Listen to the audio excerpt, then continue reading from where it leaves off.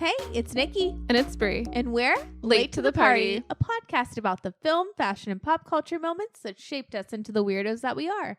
And today, we're just gabbing. We're gabbing like gals. Yeah. How have you been, Brie? I've been good. I feel like so much has happened since we've last sat down to record. Yeah, I mean, that's that me espresso. You know? Which, oh my God, Brie.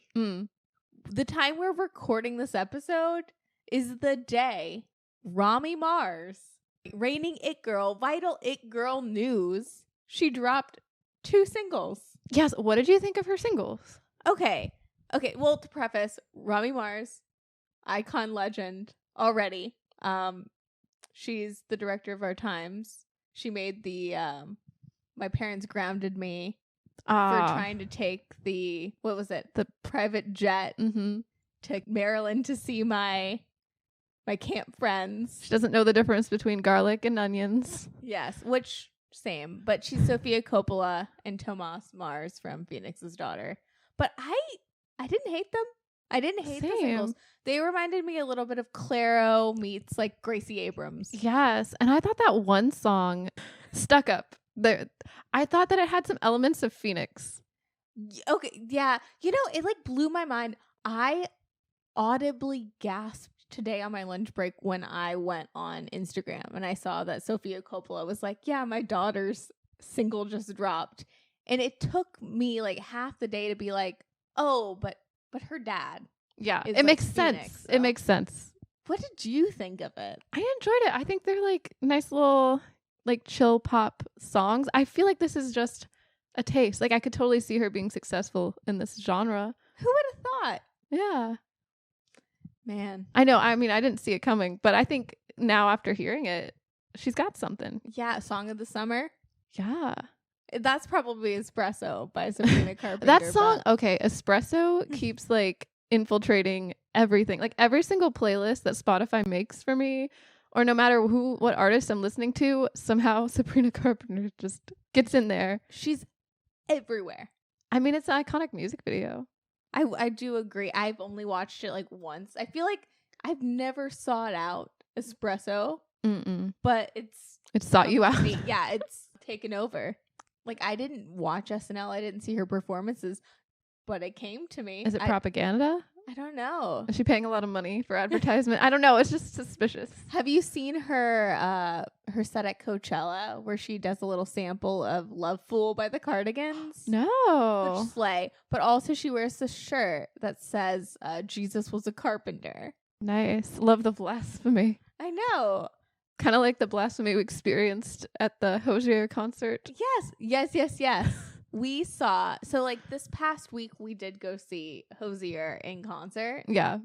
Which we bought these tickets months in advance. I've been a big fan of his for years, like a decade now. Like that first album, Take Me to Church. Take Me to Church was a huge hit.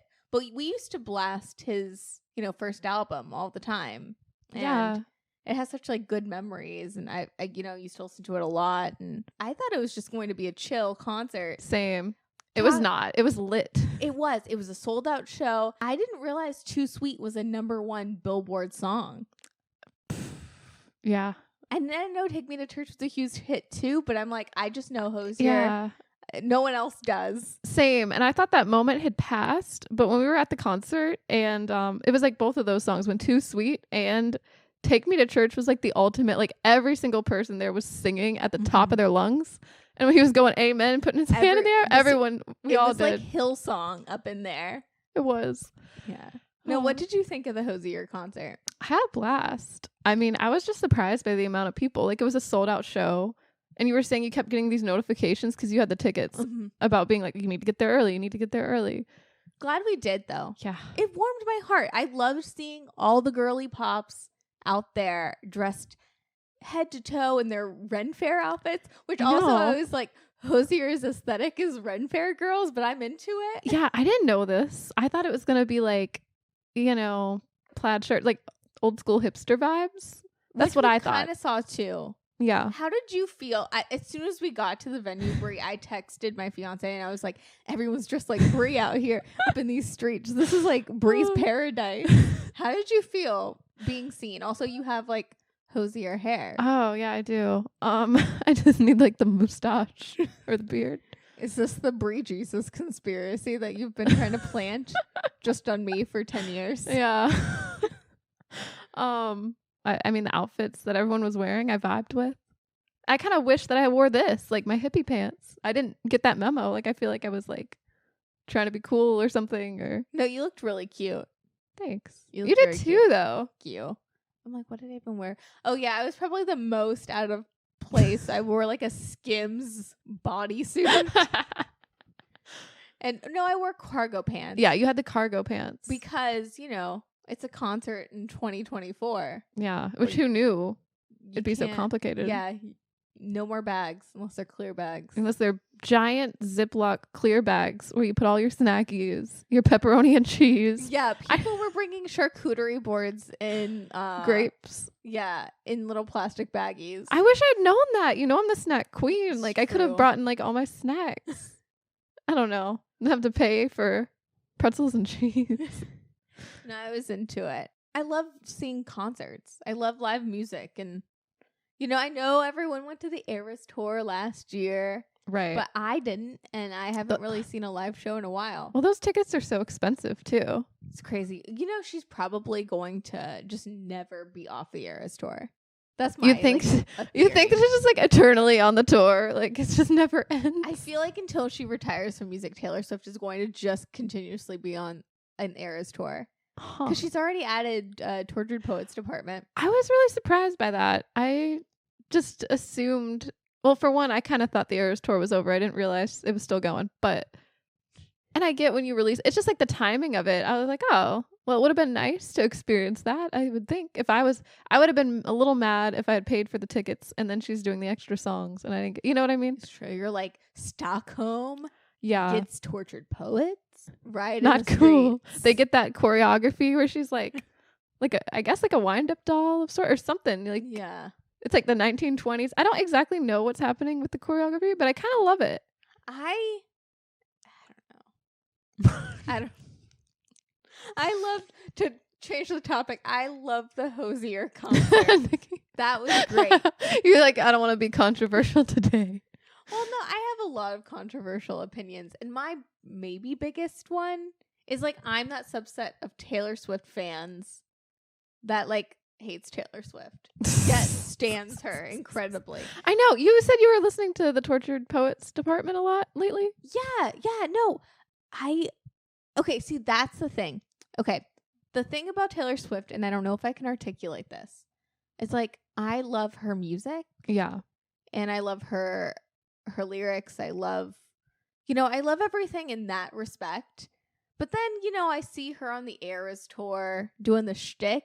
And then I'm like, oh, it's like cheesy or like cringy to me. And then it like gives me the ick. And then I have to like separate myself and then just dive back. I have to like compartmentalize my brain to be a Taylor Swift fan.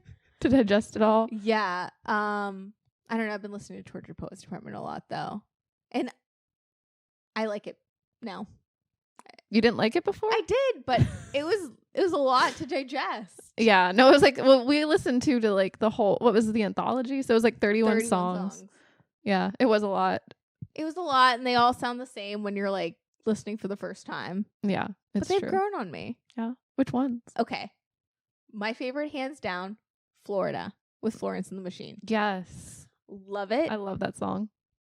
So fucking much. I love the whole theme of like trying to get away from your life. So you want to like be fucked up by Florida. You're gonna make some bad decisions in Florida. Let's go to Florida, Nick. Let's do it. Let's do it.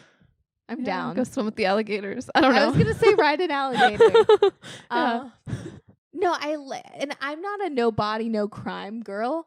So I've never really felt that strongly about that song. This is my no body, no crime. Also, I was listening to a lot of the lyrics in like most of the songs, and she talks about being like a bird in a cage. she, you know, I like listening to it on repeat and actually like having my ears open.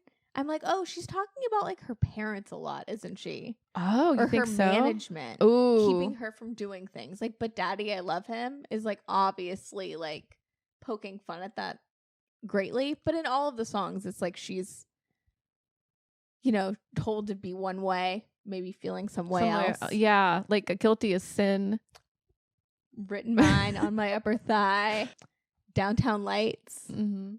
Which, depending on the day, I have different fantasies about that. It's either Maddie Healy or, you know, if you're a Gaylor, then maybe Gaylor. Just throw it in. Only those two, though. No one else. Yeah, no. We're not throwing Travis Kelce where he doesn't need to be. Do you know that guy, that fella, he's like signed on to do another like reality show. I forget which one. He's on a reality show?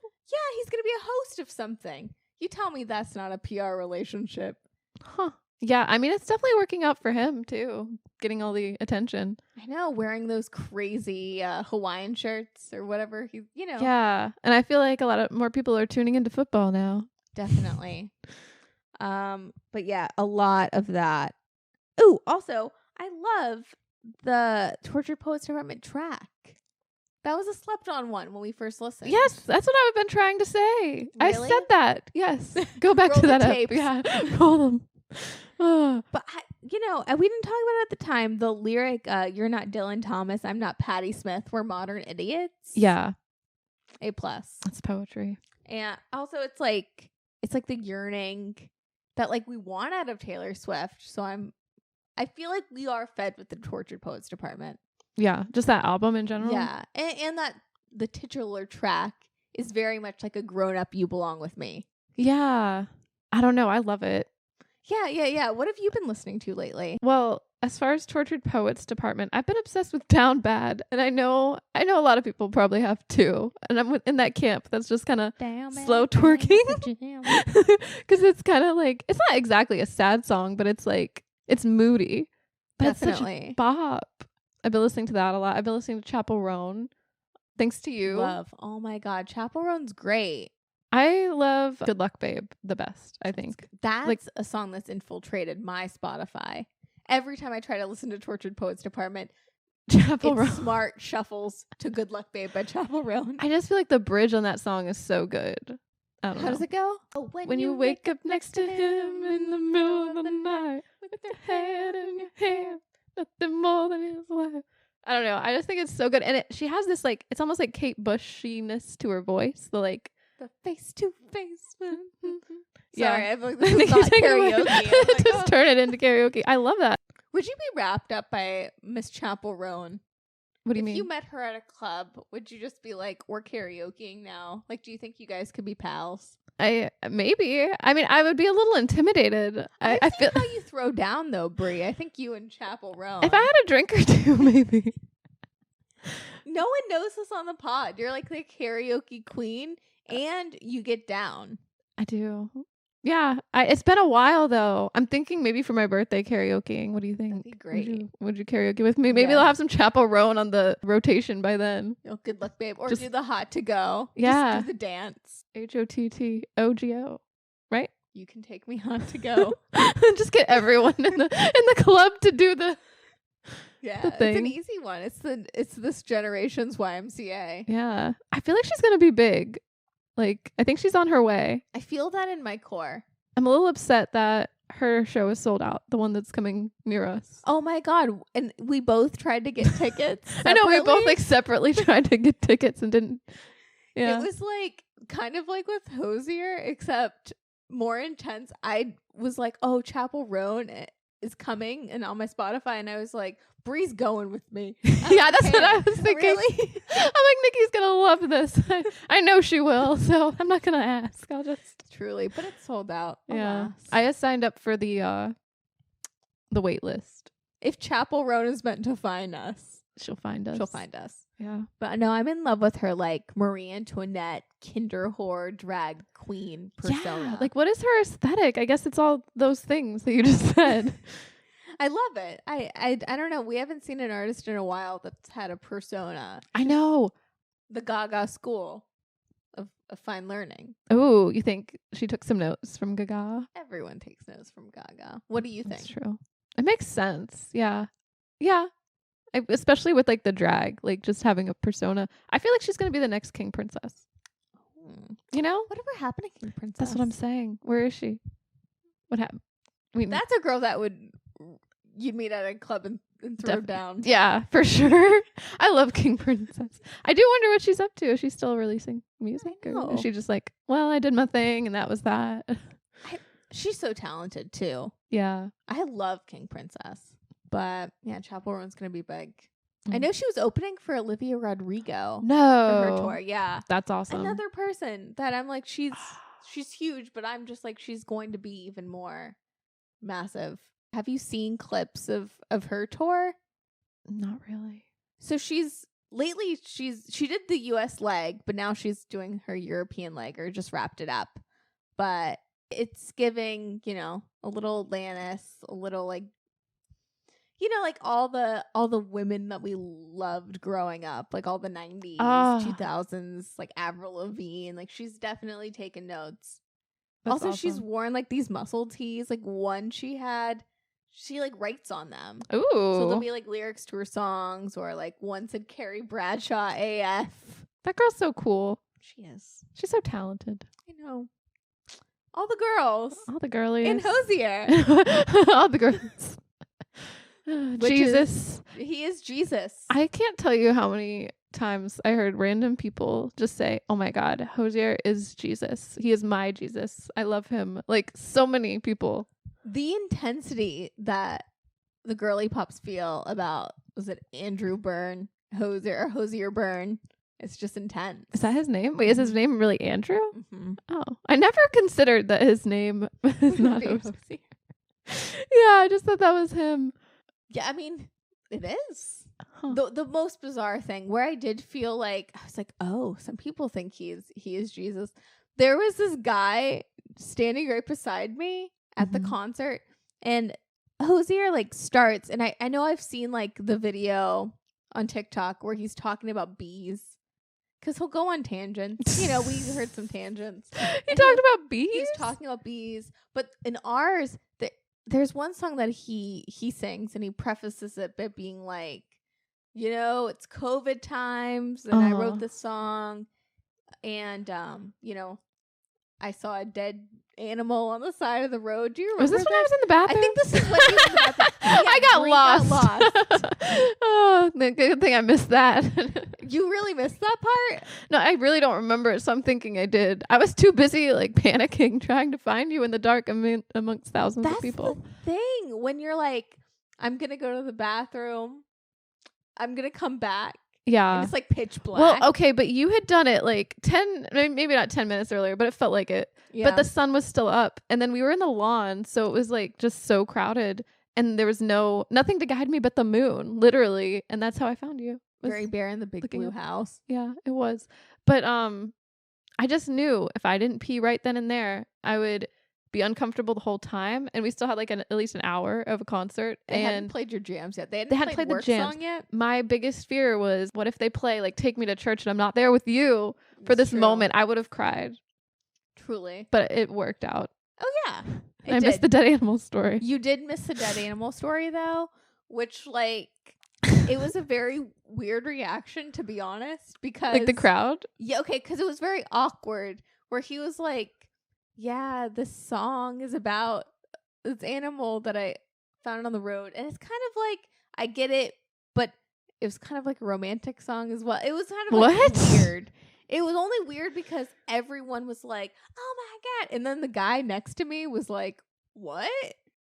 It was just like mixed vibes. They're like, what is he talking about? He did go on a lot of tangents though. I'm like, when he kept thanking people at the end, it was like one of those Oscar speeches, like where they like, but no one was there to put the music on and get the little cane. Cute, though. It was cute. He was like flexing because he was like, "Thank you to the sound guy, Larry, and his wife Sheila, and their kids.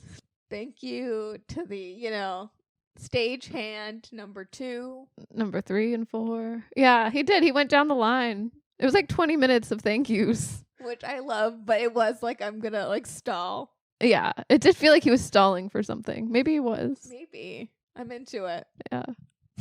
I mean, at least we knew the mic was on. Yeah. I think that's what shocked me the most about the Hozier concert, to be honest. Out of everyone's voice, like, I've always felt this way about Hozier. Is like, I want to marry his voice. Yes. Like, he just has like this pure voice that I just like am in love with. Mm-hmm. Like him and like, I don't know, Florence. Welsh. Yes. Those are my two, like, just goats. But I don't know. I didn't think about it until he started singing. And I was like, oh, God, this sounds just like the record. I was going to say, his voice, it's like you can't tell the difference. Like, it's real. It's real. It is. He's not doing a J-Lo. No. And then I see all the clips on TikTok now because it won't escape me. They're like, you went to see him live, but you know what? You're just going to see him everywhere else or different angles from the concert you were at. Nice. And the mic's always on.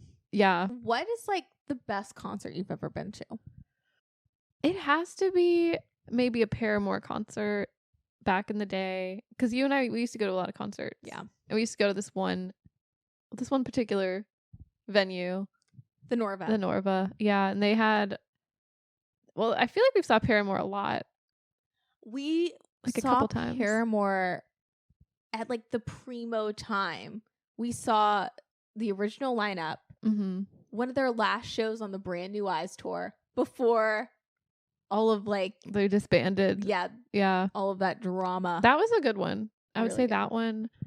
Oh my God. You know what though? Cherub is coming to mind because we had a blast at a Cherub concert. Even though I don't really listen to them that much anymore, Doses and Mimosas is always in the back of my mind. It's a classic. Yeah. To me. And then the Veronicas. That was cool. I remember one of us got the set list and then they signed our merch. Mm-hmm. We were in like middle school or something seeing the Veronicas. It just felt so cool. Oh my God. But it was like untouched. The Veronicas, like that album just came out. Yeah, like Woo! literally just came out. Obsessed. I was obsessed with them. I was living. And then they were like, you look like us. And I was like, oh my God. That's true. They did say that to you. How did you feel? Were you going to join the band? To be honest. The third Veronica? To be honest, in the back of my head, sometimes I will think, I'm like, the Veronica said I looked like them. Just always carry that with you. I do. Like a mantle. I love that. Yeah. People are like, who? I'm like, they're popular in Australia. Yeah. I'm like, how do people not know the Veronicas like that? Was it just us? I don't know. Like, there has to be, according to the internet, it wasn't just us. Okay, good. Like, Untouched is the Australian national anthem, right? That or like a Kylie Minogue song. Oh, that's right. If you told me that, I'd believe it anyways.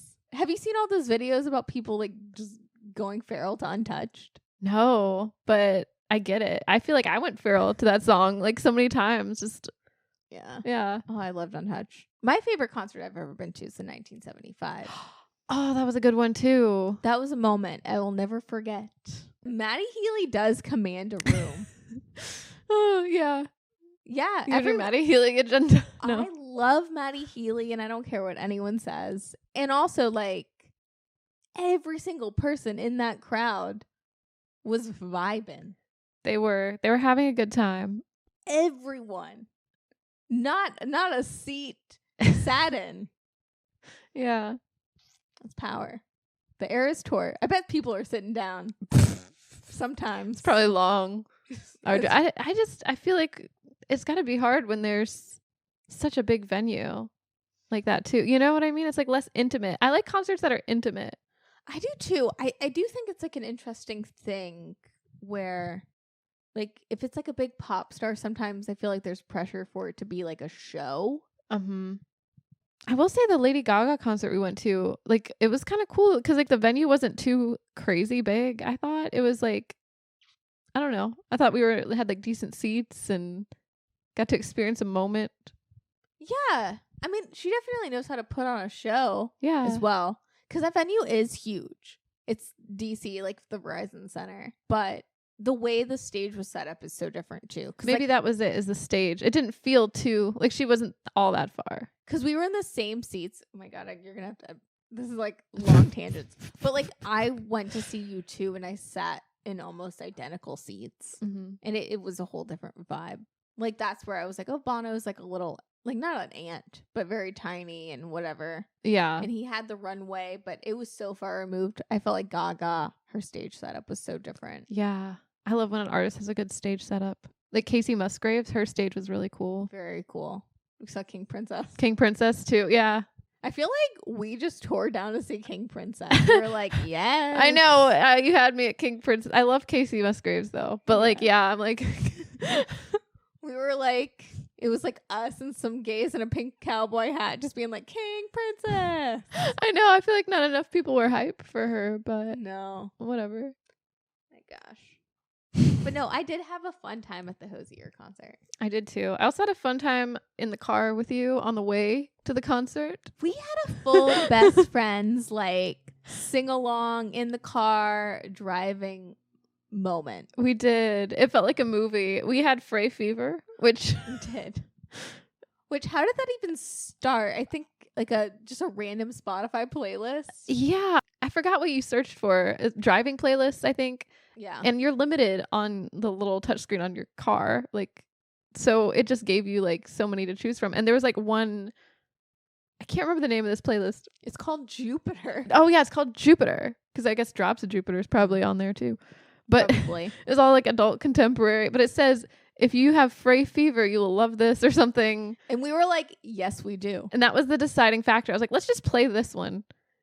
Because all the other ones seemed lame. Yeah, they were like driving in the 70s with your dad playlists. Yeah. So, I'm like, we've heard these before. yeah. I mean, we've heard the Fray before, but it felt like.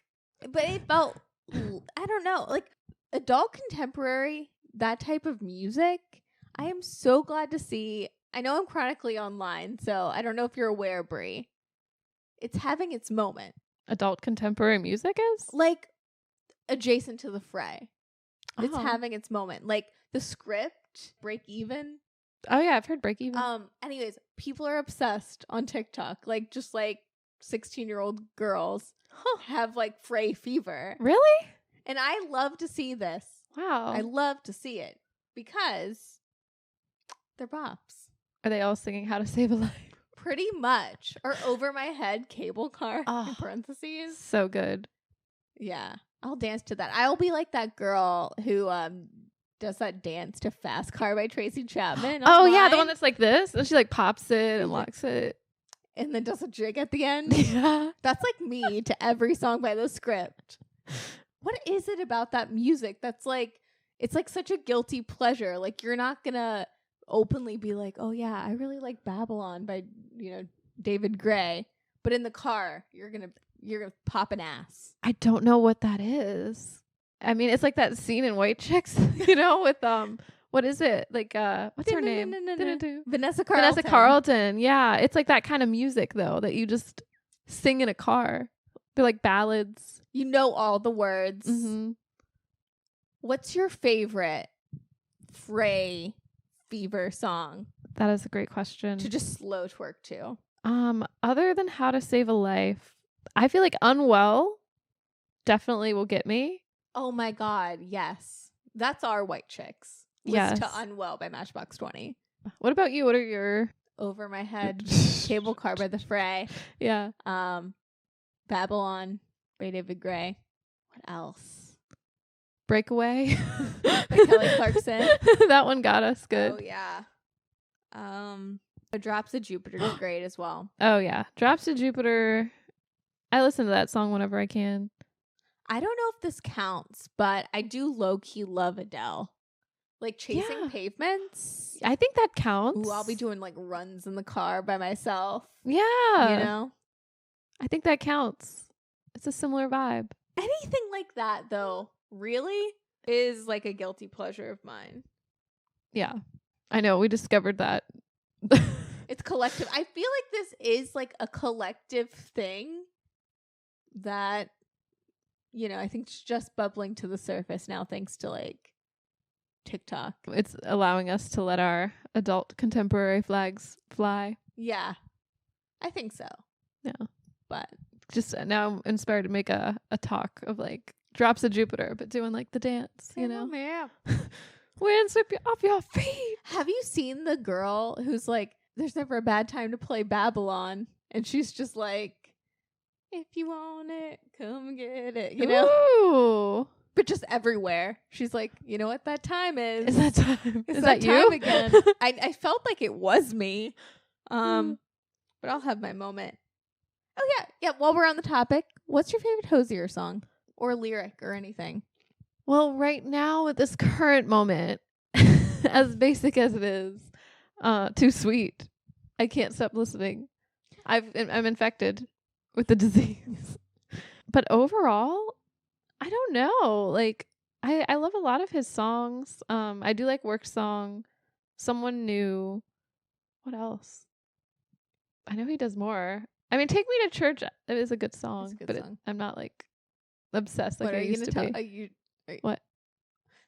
Okay, Take Me to Church really does just remind me of when the song first came out. Yeah. You were scouted to be a model. Scouted. Well, right? it was a friend. So I don't know if that counts as like scouting, but she was a photographer friend building her portfolio. Don't sell yourself short, Brie. You were scouted on the streets. On the streets. And she said, you. She did. Come over here. It's true. Let me take pictures of you in my basement. No, it was a bedroom, but but still, yeah. I mean, it was an interesting experience. She had an artistic vision, and at the end of the day, it wasn't a bad photo. I do think I maybe made crazy eyes though. I feel like she was trying to change my features a little because my eyes, I have heavy eyelids. And I couldn't suck them back into my skull. And she like, said, suck them back. She did. She said, all right, now tilt your head like this.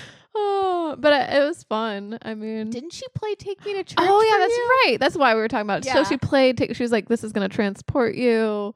Just think about this song. And I forget why. Like, I don't know. I think she had like, she was really into like characters and writing about like fantasy characters, you know, so like maybe I was playing a character. I'm not really sure right now, but was she aware of the meaning of Take Me to Church? I do not think so. I think she thought it might have been a religious song because she was a Christian. I don't know, unless she knew what she was doing.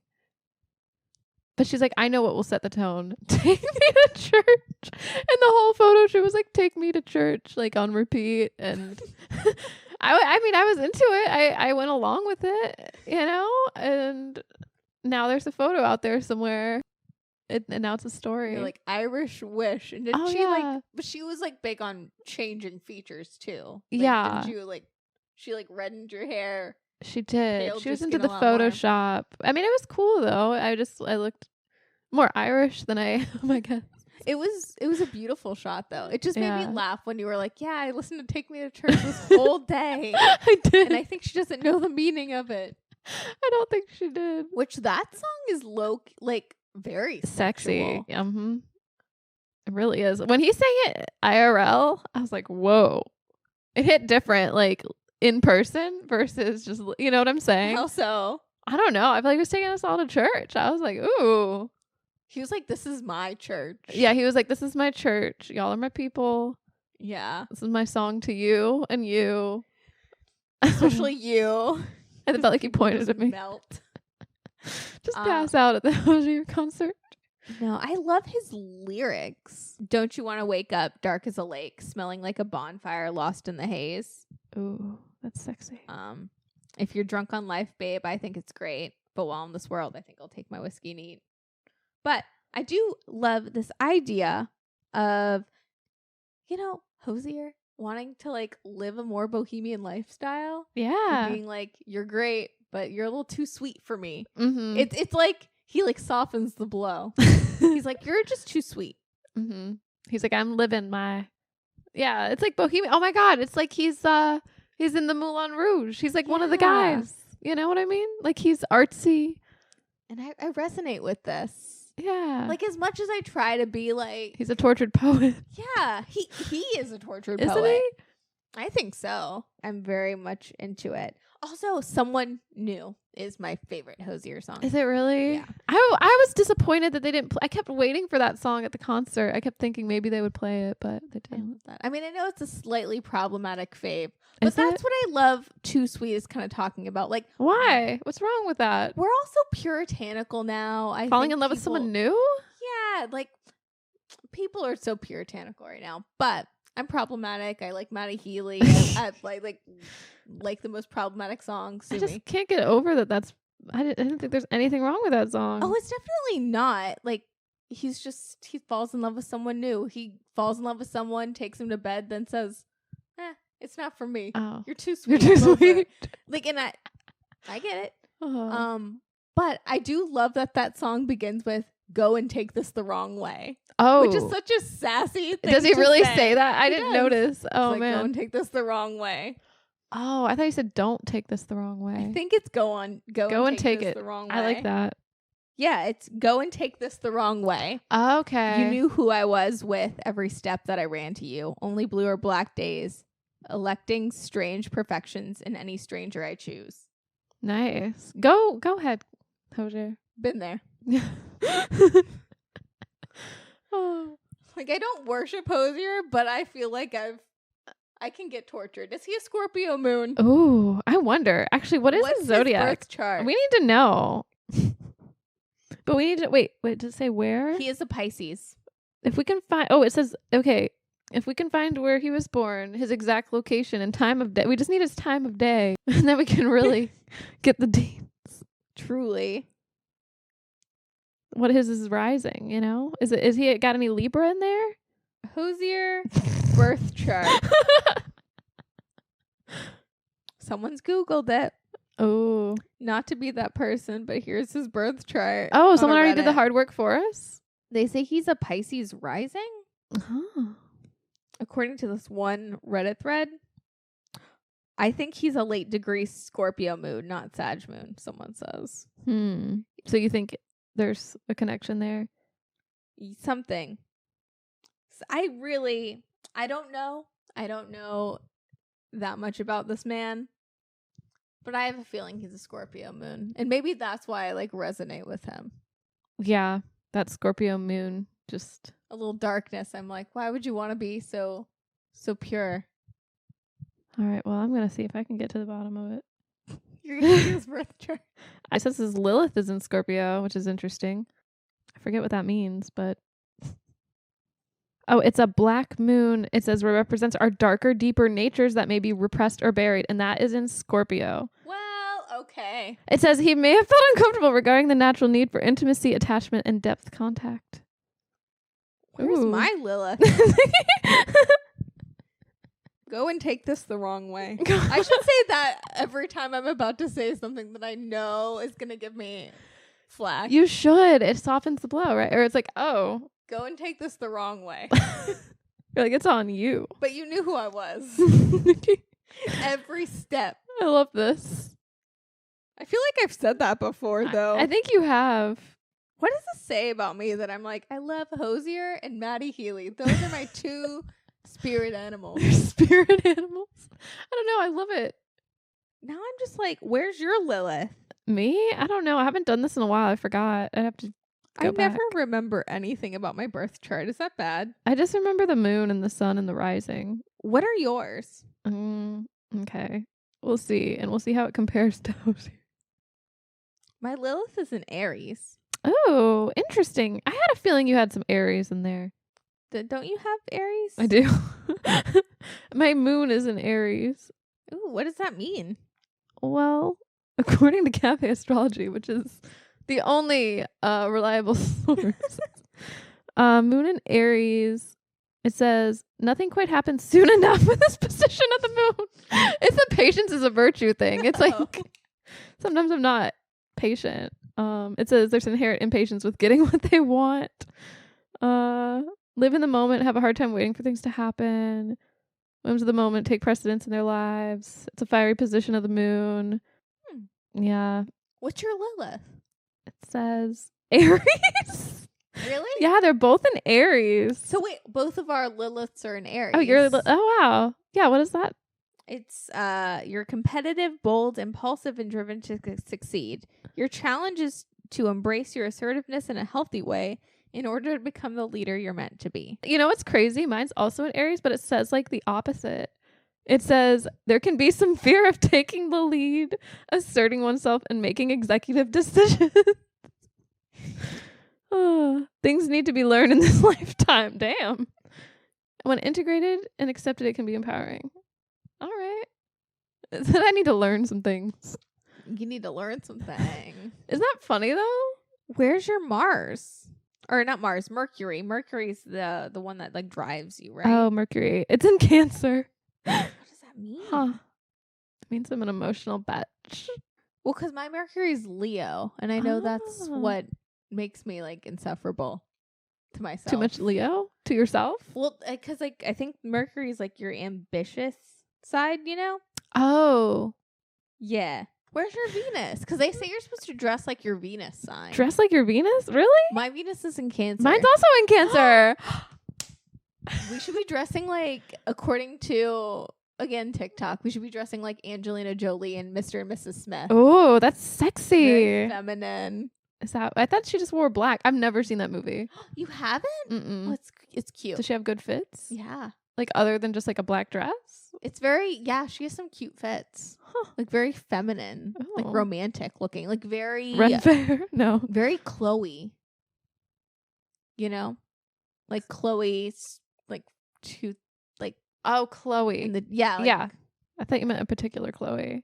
No, not a Chloe Grace Moretz. That's like Chloe Grace Moretz. Oh, that's so interesting though. Well, what's your rising sign? Libra. So that's the one you're outwardly most like. I think so. Then I'm Aries. Or not Aries, Aquarius. Aquarius. Oh, that's cool. Anyways, we're not so different, you and I. I know. No, And you and Hozier. Hozier. Yeah, me and Hozier. Hozier. Hozier. I never know how to say his name. Like I've been saying Hozier for the longest time, and then That's I've heard what I people go Hozier. Okay, it is not Hozier. Hozier. It's not Hozier. Hosiery. No, it's. I think I've heard him pronounce it Hozier. Hozier. Yeah, somewhere in between the two. Because, like, it's Irish, so it's like Saoirse. It's like, like a Hozier. Yeah. But my mind wants to glossier it up and be like, Hozier. I know. Just want to turn it French. I Put a get it. pinky out. Pinky out. But alas. What else have you been up to? Gosh. What else is new? Well, there was something I wanted to reveal to you, but I don't have any context and I don't have any explanation. There will be no explanation, just reputation. Should I show you? I don't know. Yeah, show me. Okay, I want to know, what do you think of when you hear Julia Roberts? What do I think of? Yeah. Oh, the best romantic lead to exist. Yeah. Big smile. Big smile. Curly red auburn hair. Right. Yeah. How would you describe her, like, Just her look? I mean, beautiful, but like a megawatt smile. Okay. Yeah, like I said, like red bouncy curls, like Pretty Women. Well, I have something for you. It's a little different. I was looking up hairstyles the other night because I've been thinking of maybe dyeing my hair. Yeah, what are you gonna do? I don't know. And probably not this, but I need to show this to someone. Julia Roberts at one point had a mullet. Oh, Isn't that wild? get it. Okay, the mullet looks very much, like it looks like a 6-year-old boy in the 90s. It does. And I think this was 94. I was trying to figure out when she had this mullet. It's very difficult to find information on this mullet. And I don't know if the internet's been scrubbed, if she was like, hide this mullet, you know? Because it's so different than any of her other hairstyles. You know what? If I'm honest, Julia Roberts is so stunning. Yeah. Especially 90s Julia Roberts. I give it a pass. Yeah. I don't know, she still looks stunning. Hold even on. though she looks like the Kazoo Kid. Okay, if you feel that way looking at this photo, just wait till you see this one. I don't know. She has... I don't know. kind of slays. She has like these tiny little, they almost look like Elton John sunglasses Yes. and like a velvet suit. I don't know. This has just been occupying my mind. And I probably need to circle back because I don't know. I just still don't know where this came from.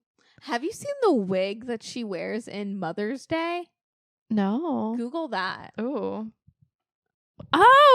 my God, that is a wig, isn't it? It's like an Anna Wintour wig. Like, terrifying. Oh my God, I don't like this look on her. It's like she looks insane.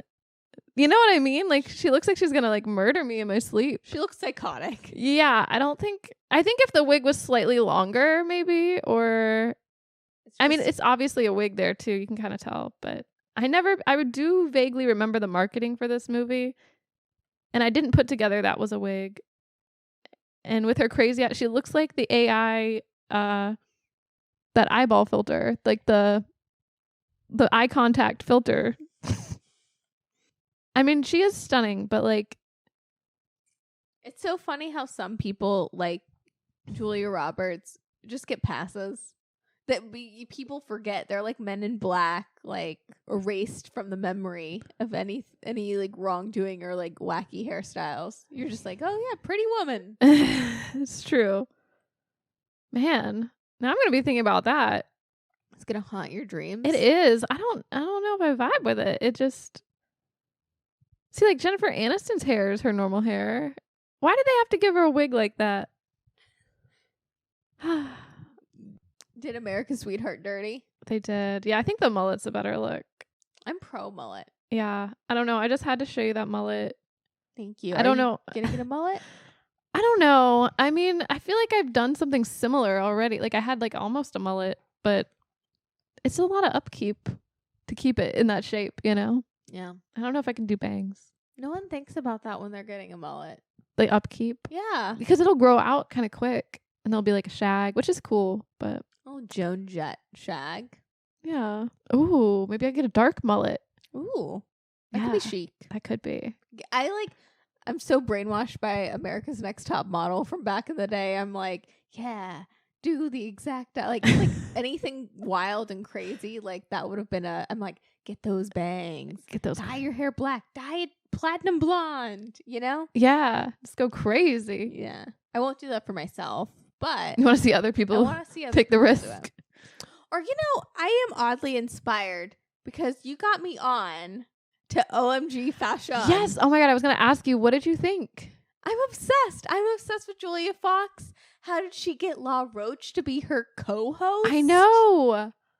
It's the coolest thing. I also feel like we've been having we've had like a drought of like a good reality, like fashion challenge kind of show. Like it has elements of like Project Runway. A Project Runway I see in this for sure. Yeah. For disruptors, as she likes to call them. I like it. I love how it's all about Julia Fox.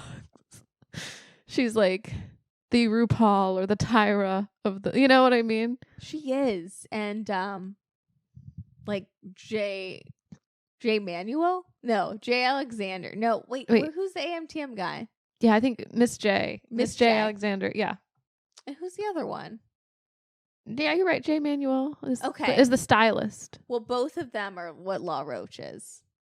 Yes. Yeah. Combined. And then they have like a guest judge. So it's just her, La Roche, and whoever the guest judge is. And I think it's so cool how they give them like material, like just random cheap materials, or like it just seems like an actual challenge. Yeah. And some of those designers really knock it out of the park. And I'm like, wow. I love a good, like, fun Project Runway style reality show. Yeah. And also, I just love Julia Fox. I love how she does photo shoots at the end, or, you know, like with the outfit on. Because the whole premise of the show, so it's in each episode, 3 contestants, fashion disruptors, are challenged to create a boundary-breaking look born of Julia Fox's beautifully bold brain, using materials and techniques that would make fashion's so-called gatekeeper squirm. Fox, La Roche, and a rotating expert guest judge will then select a winner who receives $10,000 in cash prize and gets their garment modeled by Fox. That's so cool. I mean, to have your garment modeled by Julia Fox, I would die. Definitely. I don't have the talent to do it, but if I did, don't you think that would be like I love the it. coolest thing? Then you've made it, in my opinion. If you get your design worn by Julia Fox. Yeah. I think so. I mean, you know how I feel about Julia Fox. She's like the modern day it girl, and I think it's cool that her and La Roche have teamed up to do little fun bits and to have this cute little reality show on E. I love it. I love it. Yeah, I'm definitely going to be following. It's cool. I know. Well, I follow anything Julia Fox does.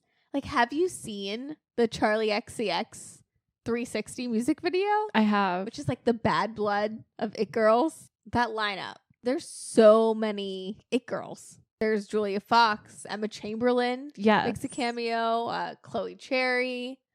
Who else? Harry Neff.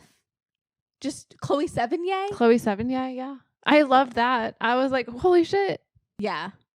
I don't know. That's really cool. The song's a bop too. No, I really like it.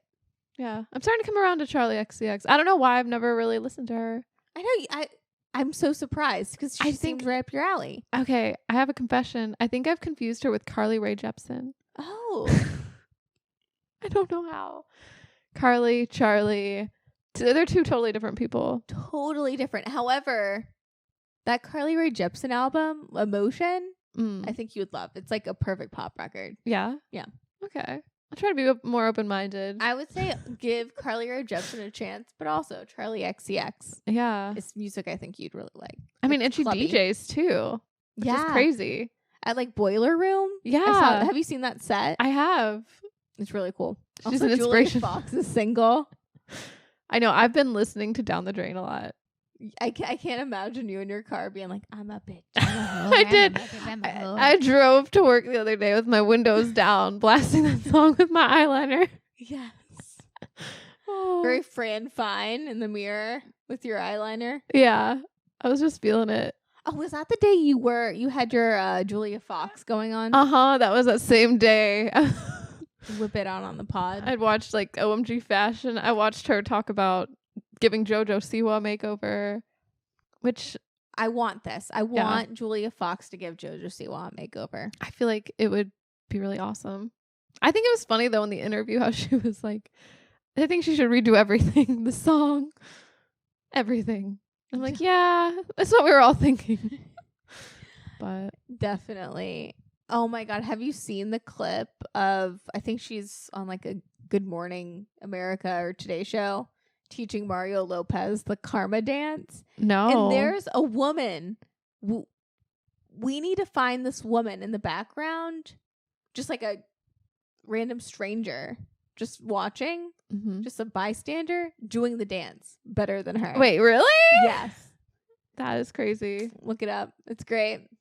Didn't you say she was like acting drunk in the streets too or something? Apparently she was, I forgot where she was, but she was like being like, everyone sing my song. And no one was. And it was. Oh.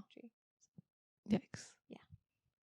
Gotcha. I just remember seeing a clip of her saying like, I'm going to pretend to be drunk or something. And I'm like, what? What is wrong with this girl? Yeah, I don't know. What is wrong with her? I'm like, does she need some Adderall? Is she on Adderall? Like too much? I think, not to get serious, I think that's the peril of being like, we didn't get it with Honey Boo Boo, but JoJo Siwa was on Dance Moms. And I think that something is done to your brain when you're rewarded and you have all this attention on you. And then she was like known as the Bow Girl, like, yeah, because this isn't like we're way too old to have like grown up with JoJo Siwa. We don't know, but there's a group of kids that like bought her Target everything from a couple years ago. Like she was like an idol. She was like Michael Jackson for little kids. Oh yeah, okay. Yeah. 'Cause she's bad, and now she wants to be bad, but it's not really earned. Because she's not even that bad. No, it's not that big of a change. No. I don't know. Maybe Julia Fox will give her a makeover. I hope so. I think that'd be so cool. Julia Fox, just take her under her wing. I think that's how she gets some cool points. Definitely. Yeah. Yeah. Anything else any other rabbit holes you've fallen down? Well, I did go down a bit of a disappointing rabbit hole. Like, I mentioned this to you maybe last week, and okay, so I just found out Tattoo, the band, all the things she said, they're not gay. They are not. And you knew this. I did. And I did not. How did that make you feel when you found out Tattoo wasn't gay? I felt very lied to. I felt like I should question everything, you know? I think that's queer baiting. As they like to call it.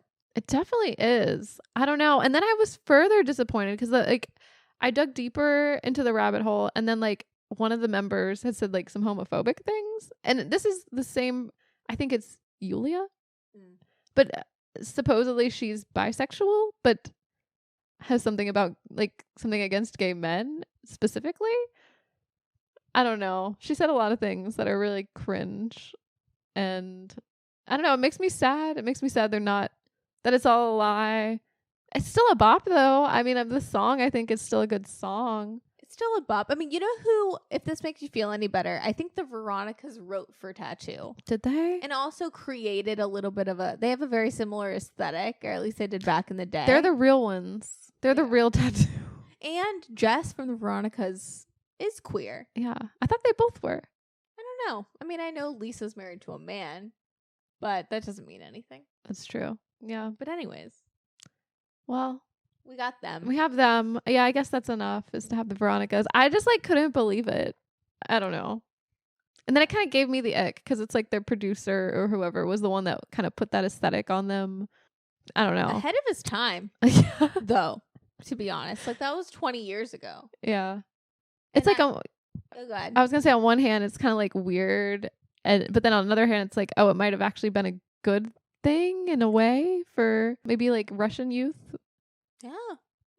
Or just gay youth in general at the time. I don't know. We have to investigate. Yeah. Do you know some elder millennial gays that can Unfortunately, no.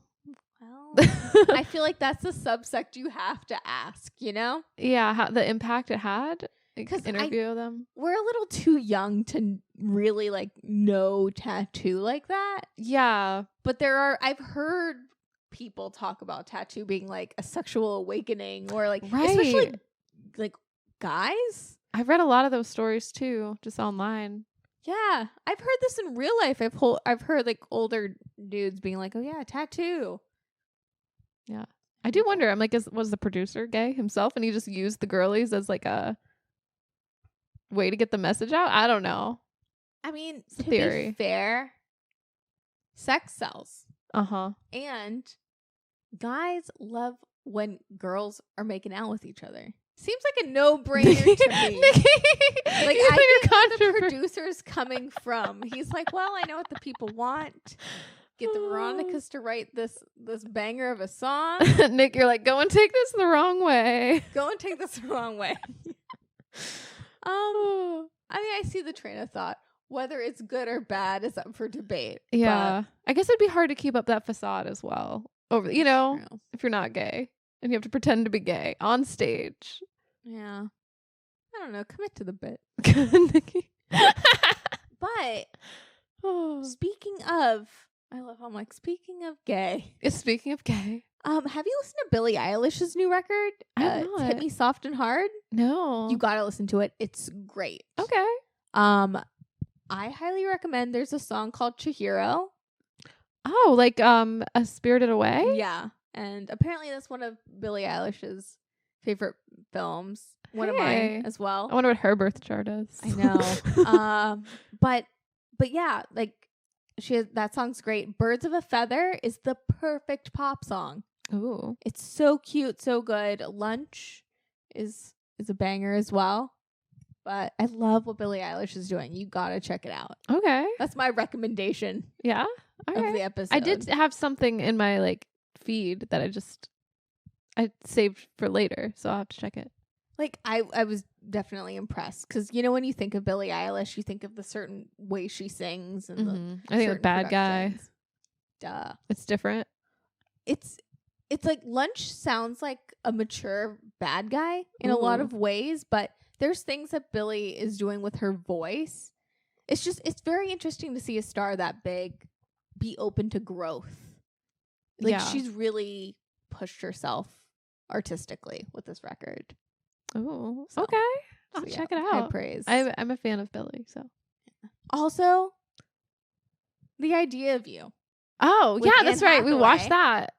I highly recommend that as well. Yeah, what did you think of that movie? Because I feel like when I began to watch it, I did not expect it to be like One Direction fan fiction.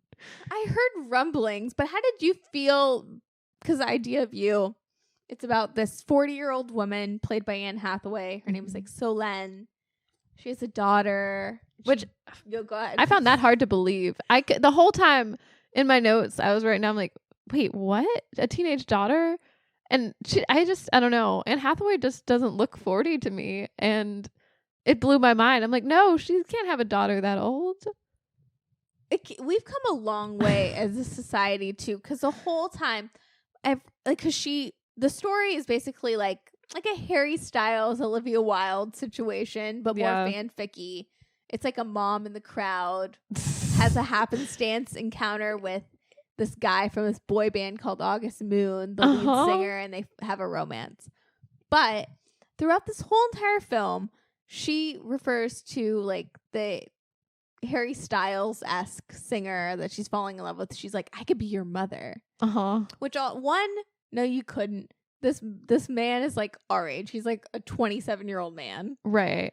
That's pushing it. For one, Miss Hathaway, Miss Solène. Yeah. But it's like she says it so much, it becomes funnier every time. It does. And like her daughter, I think she's like 22 in real life, but it's also like such a disconnect because like Anne Hathaway doesn't look that old. Yeah. She doesn't look like mismatched with the dude either. Like, yeah. It's like this whole time. It's funny because it's so camp and I love it. Yeah. It's just such a fantasy and it's so wild. It's preposterous. It is very preposterous. I don't know. What did you think of The Idea of You? I mean, I was along for the ride. It was cute.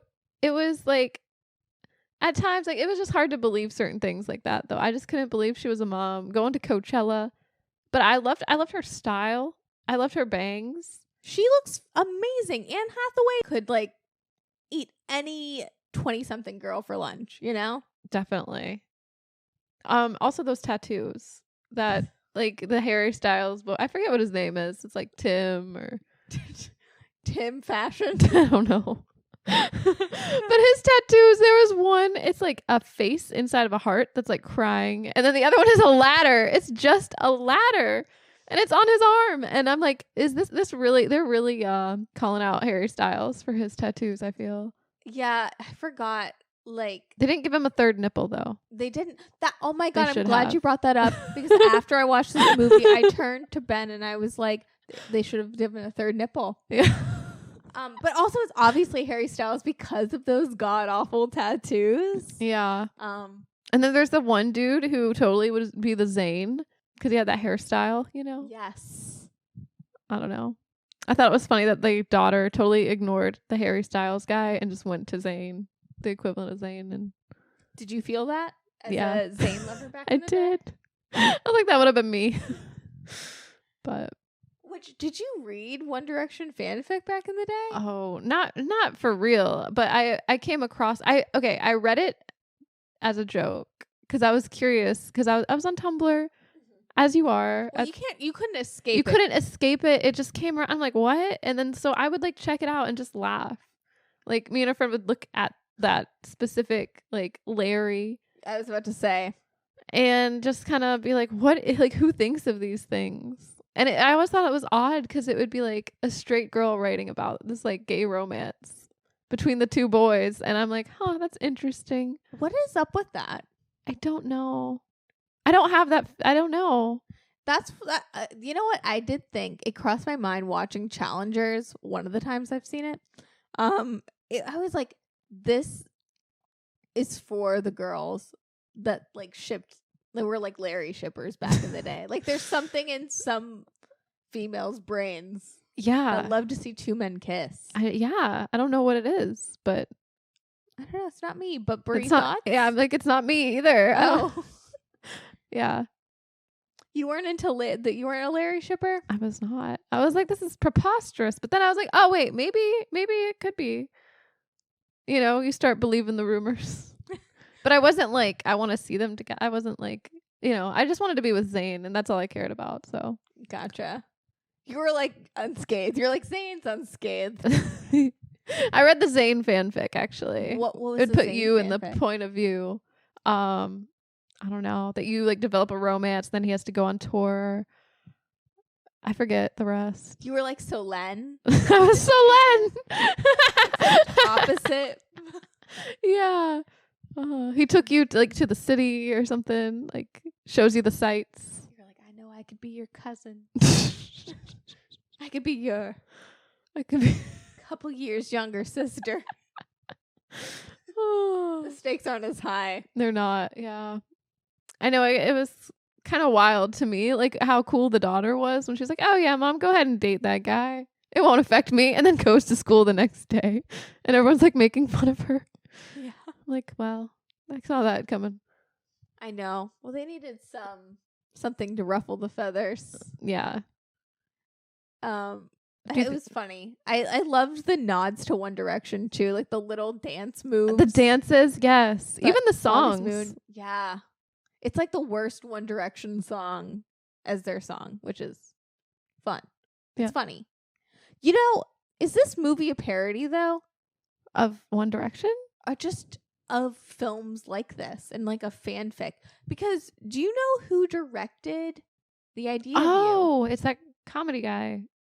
Wet Hot American Summer guy, Michael Showalter. Is this a smarter film than, like, is it like a commenting on something? I don't know.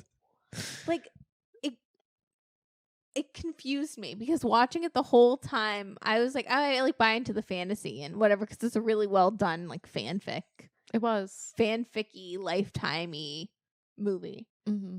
But there is this element where it like hits all the beats so perfectly of a cheesy like romance. Almost too perfectly. Like almost like it's a parody of itself. Maybe it is. You know, I think I would enjoy it more thinking of it that way. Because I was expecting like a really like a ripping out your heart romance, like whirlwind. And then as soon as I saw all the boys on the stage at once singing and doing the dance, I was like, oh my God, this is One Direction fanfic. I can't take this seriously. Brie, go and take this the wrong way. But I was hooting and hollering throughout The Idea of You. Is The Idea of You a comedy then? I don't know. I took it as a comedy, but like in the best way. Like no shade. I loved The Idea of You. Yeah. And I thought it was a comedy. Maybe I'm just like, maybe I'm the asshole, but I don't know. I think I should look at it as a comedy too. Oh, if you view it it's perfect. It's probably better. Yeah. Because I was thinking this is going to be one of Anne Hathaway's like big, serious roles. Like she's portraying a 40-year-old woman. Like it's going to say a lot about life. And I don't know. I thought it was going to be a little deeper. A little like how Stella got her groove back. Yeah. But you know, Yeah. it's okay. It's a comedy. A brilliant comedy. And Anne Hathaway's never going to age like that. So. I know. I'm like, oh, okay. Anne Hathaway aging is very Cher. Yes. Just in the way that like Anne Hathaway is like a 40-year-old woman. Right. Like Cher was back in the day, but it's like those does not compute. Age doesn't matter. The math's not mathing, which is empowering in itself. It is. She's an inspiration. We don't have to age. Mm-mm. Society just says it. That's why women can't say their age, though. Yeah. People put barriers on you. It's messed up. Mm-hmm. Well, we've come a long way. I watched a documentary about the dark side of the 90s. Mm-hmm. And the one that played like the nerdy girl on 90210. Yeah. She basically didn't work again and got shunned by Hollywood because it came out that she was 28. No. And we're okay with people under 30 now. So that's so weird. A small win. A small victory for feminism and ageism. Yeah. It's wild. Yeah. Yeah. I don't know. Because I feel like Anne Hathaway could have played someone in her 30s in that. Like she I don't know. To me, she's 25. Yeah. Alive. More idea of you. Thoughts? Possibly. Oh, okay. Some of the concert scenes, it's very One Direction, but also you've seen Josie and the Pussycats, right? Yeah. Yeah. It's very Backdoor Lover. So like the song, it just really du jour for me. Yeah. No, I know what you mean. But not du jour. I think like if the fake August Moon band did go full du jour, I would have it would have solidified my theory that it's a comedy. Yeah. But You think they didn't could go have that pushed far. it further? Unless I'm just missing. I'm missing the plot. No, I don't know how seriously to take this movie. It had Annie Momolo, Mm-hmm. and I thought that was hilarious because I just see her and think, oh, the plain freak out lady from Bridesmaids. Totally. Barb or Star. Oh, yeah. That's right. I don't know which one is which, but I thought it was interesting that Anne Hathaway is like an art girly in this. mm-hmm. I believed it. She feels everything. And there was a line that I thought was really funny because she had walked into, what is his name? Did I even write down his name? I guess it doesn't matter. Does it? No. The Harry Styles guy. She walks into his trailer because she thinks she's finding the bathroom, which I'm like, this is obviously a trailer, not a bathroom, but whatever. That's fanfic right there. It really is. Yeah, that's totally a scenario that probably would not happen, but is a fan. Yeah. It's something you'd make up in your head as a teenage girl. And I love that. It itched a part of my brain. Like, who wrote this? I don't know. I know Anne Hathaway produced it. She produced it. She wrote it. No. It was her It was fanfic. her fanfic. She saw Harry Styles and Olivia Wilde and was like, She's like, I'm gonna shoot my shot. Oh, but I thought the line when she comes out of the bathroom, she goes, are you part of that ASMR community that gets off on listening to people pee? And I was like, what? I don't know. It just made me chuckle. Because I don't think that's what people do in the ASMR community, but does it give them a bad name? yeah, I think it does. But it's just was funny coming out of Anne Hathaway's mouth. You know what I mean? Definitely. Damn, maybe this is a comedy. I was into it. Yeah. Oh, I thought she was so savage for like when he starts texting her and says, oh, I can't get that kiss on my mind. She goes, who's this? After they made out the first time and he texts her and she's like, just, who's this? yeah, she's like, does not have time for this boy. You know, she's like, who's this? It's a power move. It is. I liked it. I did too. Yeah. That's the fanfic I like to see. I like to see, yeah, I want to see more power moves on her part. I Yeah. thought that part was really entertaining. Definitely. Yeah. That's why it pays to be a cougar. It does. I was watching, speaking of like older women, but not really older women in quotations. I was watching the first season of Sex and the City again. Oh, yeah. Just, for aesthetics, getting in the mood. I was inspired by Olivia Rodrigo's Muscle Tea. Just the ideas in the first season they like set up about dating. Yeah. And watching the idea of you makes me feel like, oh, that's like the same school of thought about you have to do certain power moves and like if older and younger, there's certain dynamics. Yeah, like that episode, like the 20-something. Mm-hmm. What is it? The 20-something boy. Oh, yeah. Is that the episode when Charlotte says she's 27 and they go to the Hamptons?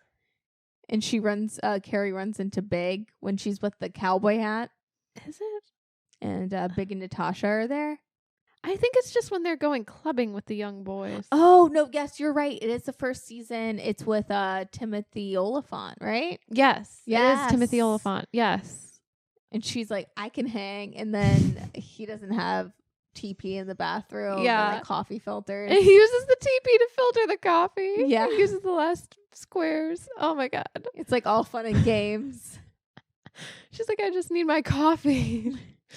Oh. That's a good episode. Yeah. Season 1 is low-key really good in Sex and the City. It is. I rewatched it too, and I forgot about some of the like setups like you're talking about. Like Miranda dating Skippy. I like how she calls him Skippy. Skipper. I was taking him down a peg. Truly. Well, Anne Hathaway in The Idea of You does pull like a Miranda talking to Skipper a little bit. She's like, I'm too old for you. Skippy. I just love that. Oh, I did too. I love also just the way it's shot. It's very different. I love the talking to the camera. I did too. They don't do that in any other season, do they? No, they like early season 2, they do away with it. Yeah. But I'm into it. I'm into it too. I wonder if they kept, well, because like shows, there's a lot of shows that nowadays I feel like do that kind of stuff. Yeah. So maybe if they kept that in there. I loved the idea in the early Sex and the City seasons of Carrie being like a sexual anthropologist. Yes. And that kind of falls to the wayside. I don't know if like Sarah Jessica Parker's own personality kind of blended with Carrie at a certain point. But Darren Star, Sex and the City, I really enjoy. I forgot I did. Season 1's good. It is. Season 2's great. Season 3 is the best. How many seasons are there? Is it 5 or 6? 6? Still feels like not enough. You know? You say that. And then next year we're going to watch it and just like that, season 3. And you're going to be it's like, not the enough. same. It's not the same, though. When a show goes on a hiatus or just ends and then they reboot, it's not the same. It's never the same. It's never, you can never recapture. Also, a pilot episode. There's always magic in a pilot episode, even if it's bad. So like Sex and the City, their pilot episode, you feel like there's magic. Like, yeah. You mean like, you know, you can tell when a show has something. Yeah. Also, I'm just like, I'm a little jealous of the people that got to watch Sex and the City when it came. Like, to be like in my 20s in 1998 when Sex and the City came out would have just been like a revelation. Right. They were tackling hard topics that other people probably weren't talking about, at least not on television. No. And it's crazy now thinking about, you know, these women are, you know, 32, 33. Yeah. And just so still like viable and vital and like. Yeah. Thriving. You know, like thriving. And like even Samantha's a little older, but still thriving. It does give like hope. I don't know. Sometimes I get really like doom and gloom about aging at all. It's like life is over. It's over. Yeah. Yeah. And Samantha's an inspiration. She is 100%. I love it. And I love her blind confidence about like being a model or whatever, you know, like getting into places. I feel like that should be celebrated more. I agree. Yeah. Yeah. That's what I wanted to see. Not to circle back to Anne Hathaway and The Idea of You. There was a point where I was just like, she needs to feel her oats a little more. Yeah. She does. I felt that too. I was like, she needs to get her groove back. It wasn't lost, but I wanted that. I know. It was missing like some of that for me too. Like just more excitement. Seeing her glow up or whatever. Have a Tula moment. She didn't really need to change much like her style or anything, but I think, yeah, maybe her confidence. Or like with a younger man, like to harken back to a 1998 gem and Stella got her groove back. You know, like she has her young Taye Diggs. Like she, you know, I would have loved to see like a little more of a transformation of Anne Hathaway's character feeling her oats when they become an item. And be more sassy, own it. Like, yeah. Like more, you know, her style turns very Kim K. I know. Yeah, she's not as like aspirational because it's like, oh, she cares what everyone thinks. And I'm like, no. You mean to tell me that this beautiful lady cares what people think that much? Yeah. Yeah. It's like the opposite of Samantha. Be more like Samantha. Yeah. She wasn't watching Sex and the City, I guess. Definitely not. She's too cool. Too cool. Who's this? Who's this? Anything else? I kind of found Mr. Big annoying in the first season. You know? He's mid. He is mid. Like I get the whole like having a cat and mouse thing or keep running into someone, but there were times where I'm like, he also thinks she's a hooker. It's so clear. Oh, do you think that's what's really happening? Well, that first episode. Well, I know how they meet is when she drops the condoms on the ground. But he like keeps alluding to like what she does for work in like that first episode or two. I also didn't like how he said her column was cute. It was a little insulting, I felt. You know? Truly. And maybe maybe you're correct, because he's like, oh, of course she's writing about sex because she's a hooker. Yeah, because he's very, condescending, but also he doesn't seem surprised in a weird way. Yeah. I mean, if someone said that they wrote that kind of column, you'd probably ask a lot of questions. Like, what? Really? Why? Like, that's interesting. How'd you get into that? Like, he's like, oh, okay. Or she's the one who tells him she's a sexual anthropologist. Yeah. Maybe he was like, code for hooker. Oh my God. Yeah, I didn't even think of that. I didn't pick that up, but it makes so much sense. Where's this conspiracy theory that Mr. Big for the half of the first season thinks she's a hooker? And that's why he doesn't want her to meet his mom. He's just under the plus impression. He dates models or whoever. Like, we know, because there was a time where she runs into him and he's with like whoever that model, the episode about the modelizers. Yeah. And he's one of them.